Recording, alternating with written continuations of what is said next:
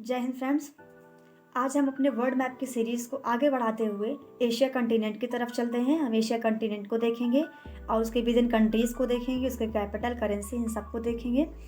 लेकिन Asia continent को शुरू करने से पहले हम एक नज़र महासागरों की तरफ डाल लेते हैं। अगर हम पूरे विश्व में देखें तो टोटल 5 महासागर ही है।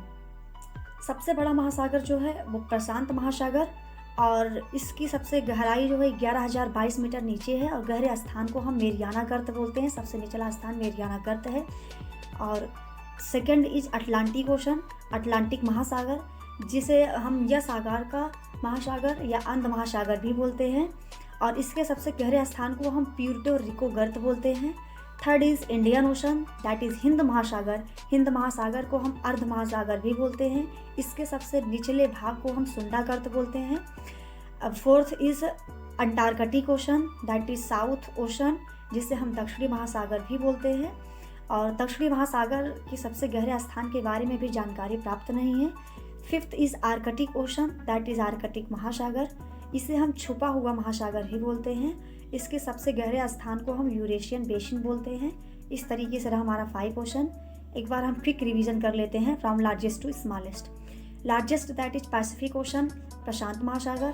सेकंड इज अटलांटिक महासागर। Third is Indian Ocean, that is Hind महासागर। Fourth is Antarctic Ocean, that is Antarctic महासागर, या इसे हम दक्षिणी महासागर भी कहते हैं। Fifth is Arctic Ocean, that is Arctic महासागर। इस तरीके से हमारा 5 ओशन। अब हम महाद्वीपों की तरफ चलते हैं। हम अगर महाद्वीप देखें तो पूरे विश्व में, पूरे पृथ्वी का 29 to 30% महाद्वीपों से घिरा हुआ है।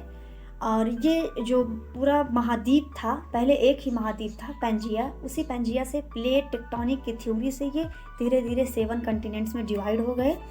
और प्लेट टेक्टोनिक थ्योरी, अब आप ये सोचते होंगे कि प्लेट टेक्टोनिक थ्योरी क्या है। Plate tectonic theory that is plate विवर्तनिकी, इसके सिद्धांत से ही धीरे धीरे ये जो पेंजिया था वो 7 कंटिनेंट्स में डिवाइड हो गया। अब ये प्लेट टेक्टोनिक की थ्योरी किसने दिया, ये हम पूरा जब ग्लोब की सीरीज को स्टार्ट करेंगे तो हम उसमें देखेंगे। तो बस अभी हम इतना ही जानेंगे कि प्लेट टेक्टोनिक से ही ये सारा जो पेंजिया था वो 7 कंटिनेंट्स में डिवाइड हो गया। और ये अगर हम ये देखें तो 7 ही महाद्वीप हैं। एक 8वां महाद्वीप भी है जिसे हम जिलैंडिया बोलते हैं। जिलैंडिया महाद्वीप का 94% भाग पानी में डूबा हुआ है, इसलिए महाद्वीपों की श्रेणी में इसे नहीं रखा गया। तो ये टोटल कुल मिला के प्रेजेंट टाइम में 7 कंटिनेंट्स हैं, 7 महाद्वीप, जिसे हमने उस दिन पूरा देख लिया था पिछले वीडियो में। अब हम ये एशिया महाद्वीप की तरफ शुरू करते हैं। एशिया शब्द की जो उत्पत्ति हुई है ये हिब्रू भाषा के आसु शब्द से हुई है, जिसका शाब्दिक अर्थ होता है उदित सूर्य। अगर हम एशिया की बात करें तो पूरे वर्ल्ड में जितने महाद्वीप है, महाद्वीप का जो 30% एशिया कंटिनेंट में ही स्थलखंड इसका है। तो उसके बाद हम अगर एशिया कंटिनेंट को देखें तो एशिया कंटिनेंट में 3 अक्षांशीय वृत्त एशिया से होके गुजरता है।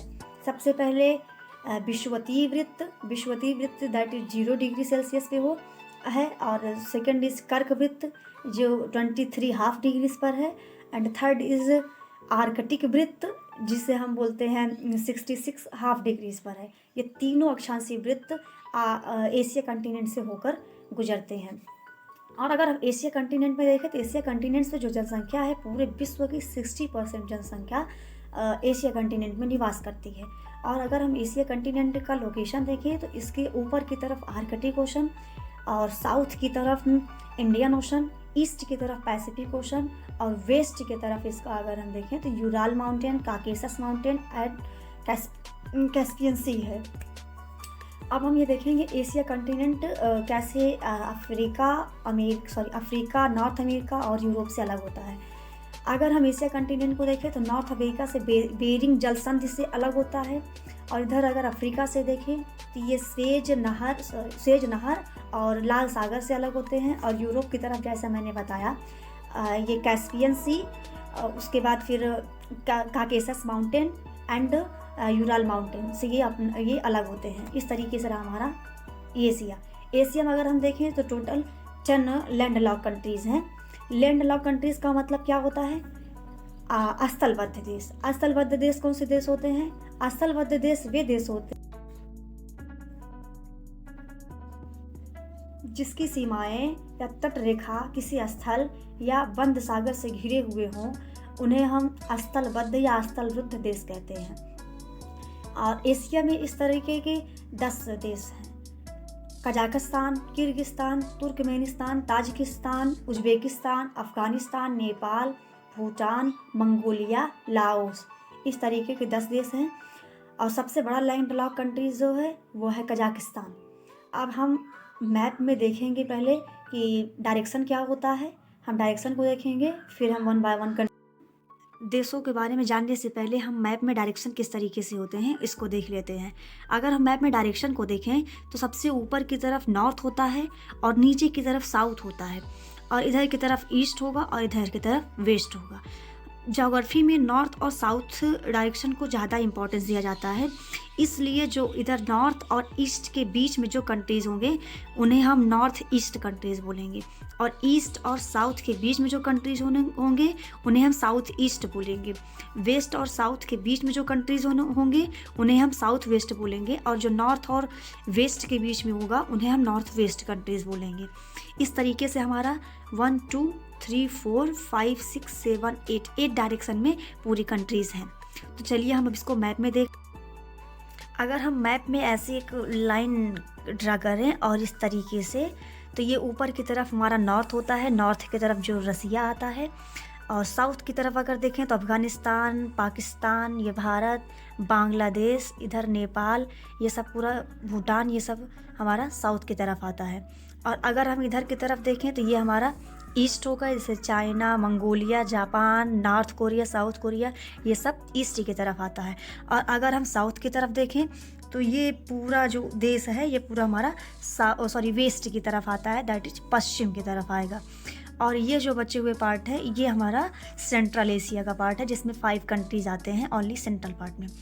अब हम इधर का डायरेक्शन नॉर्थ हो गया, साउथ हो गया, ईस्ट हो गया, वेस्ट हो गया।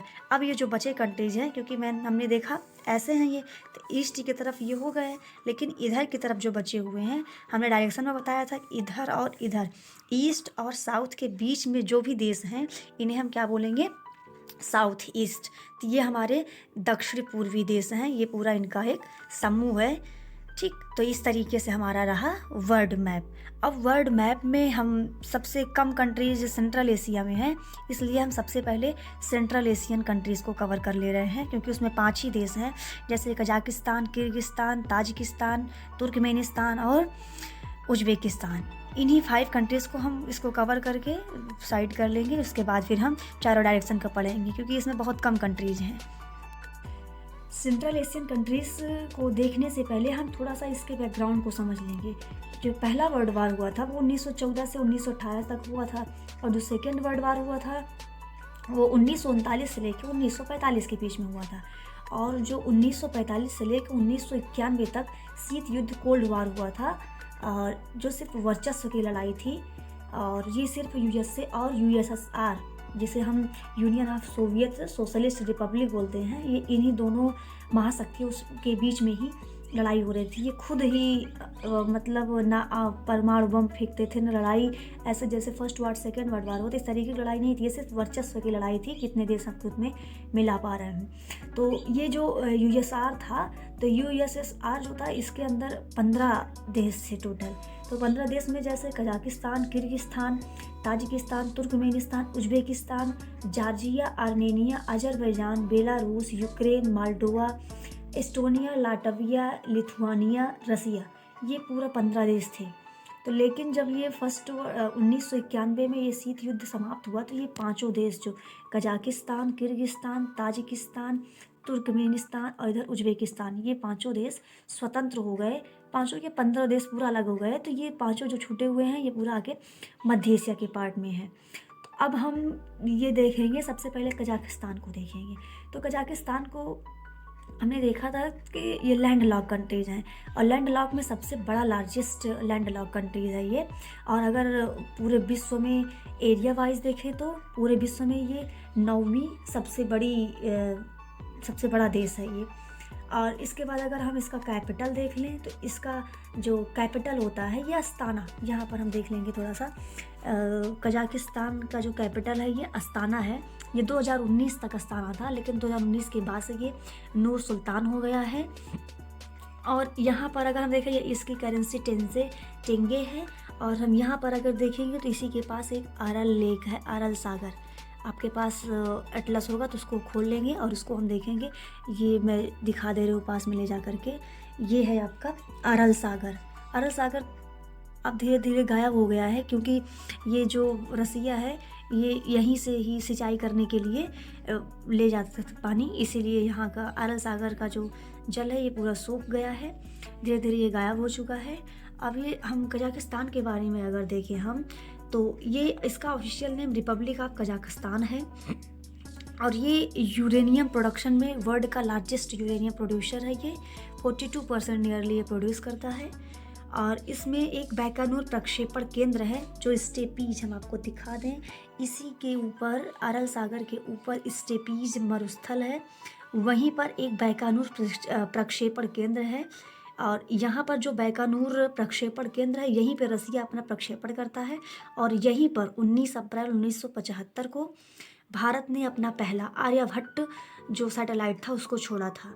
यहीं अरल सागर के ऊपर स्टेपीज मरुस्थल है, यहीं पे एक बैकानूर प्रक्षेपण केंद्र है, जहाँ पर भारत ने 1975 में अपना पहला आर्यभट्ट छोड़ा था। और यहाँ से अब रसिया अपना प्रक्षेपण यहीं से करता है। और अगर हम यहाँ पर देखें तो ये इसी के बगल पे देखेंगे तो ये कैस्पियन सी है, कैस्पियन सी। ये कैस्पियन झील है, तो ये बहुत बड़ा है, इसलिए कैस्पियन सागर बोल दिया जाता है। तो कैस्पियन सागर जो है ये पूरे वर्ल्ड की लार्जेस्ट सलाइन लेक है। मतलब वो ये खारे जल का सबसे बड़ा वाटर इसमें रहता है। तो यहाँ पर अगर हम देखेंगे तो ये पूरा ये यूराल माउंटेन यहाँ से आया है। यूराल माउंटेन से यूराल माउंटेन से निकलते हुए यूराल सी आई है, धीरे धीरे यहीं आके कैस्पियन सागर में गिर गई है। यहाँ पर हम ऐसे देखेंगे थोड़ा पास से ले आकर के, ये है यूराल माउंटेन जो लाइन ड्रा हुई है। और ये ऐसे होते हुए ये माउंटेन यूराल माउंटेन से ही यूराल सी निकली हुई है और आकर के यहीं कैस्पियन सी में गिर गई है। इस तरीके से ये रहा हमारा कजाकिस्तान। किर्गिस्तान को देखेंगे। किर्गिस्तान, जैसे किर शब्द का अर्थ होता है 40, यहाँ पर 40 इस बात को दिखाता है। और तान का मतलब होता है लैंड, ज़मीन। तो ये 40 जो होता है, किर का मतलब 40 का मतलब होता है यहाँ 40 ट्राइब्स पाए जाते हैं। तो 40 ट्राइब वाला जो ज़मीन होता है उसे हम किर्गिस्तान बोलते हैं। और इसका अगर ऑफिशियल नेम देखें हम तो रिपब्लिक ऑफ किर्गिस्तान इसका ऑफिशियल नेम है। और इसका कैपिटल अगर देखें तो बिस्केक। और ये जो बिस्केक ही है, यहाँ पर लार्जेस्ट सिटी बिस्केक ही है। और इसकी करेंसी अगर देखें तो इसकी करेंसी सोम है। और ये 3/4 एरिया जो है इसका पूरा माउंटेन से